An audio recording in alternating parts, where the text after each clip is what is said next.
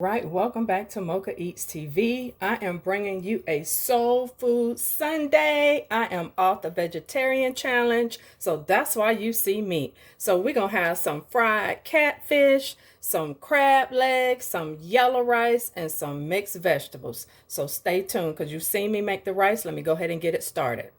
All right, in goes the rice. This is just the Vigo rice that I'm using. Make sure you give it a stir because it needs to be stirred.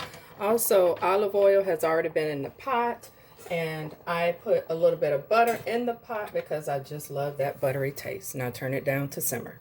All right, I got one in the pan, and so this is what I'm doing for my dad because I'm cooking for several people. He likes Mrs. Dash, and I just did the garlic powder along with the fish fry. And for everybody else, we're gonna get some Old Bay with some Creole seasoning and garlic powder.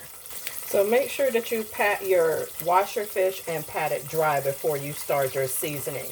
I'm cooking this like my grandmother used to do. She did not do an egg wash, so this is in remembrance of my grandma.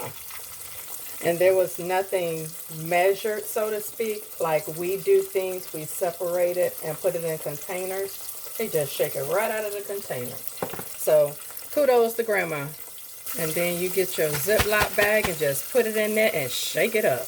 All right, here's the first piece. Second piece. All right, over in that pot is the crab legs, about to get it together. And the last wee baby. All right, family, here's plate number 1.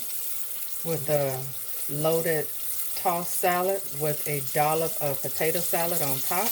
And for this big baby, it's going in the grease. Here's that big baby going into the grease. Here's that fried catfish and that jumbo shrimp. And here's my crab legs. I normally keep mine in a pot to keep them hot and have my dipping sauce on the side. So if you like this content, hit that subscribe button.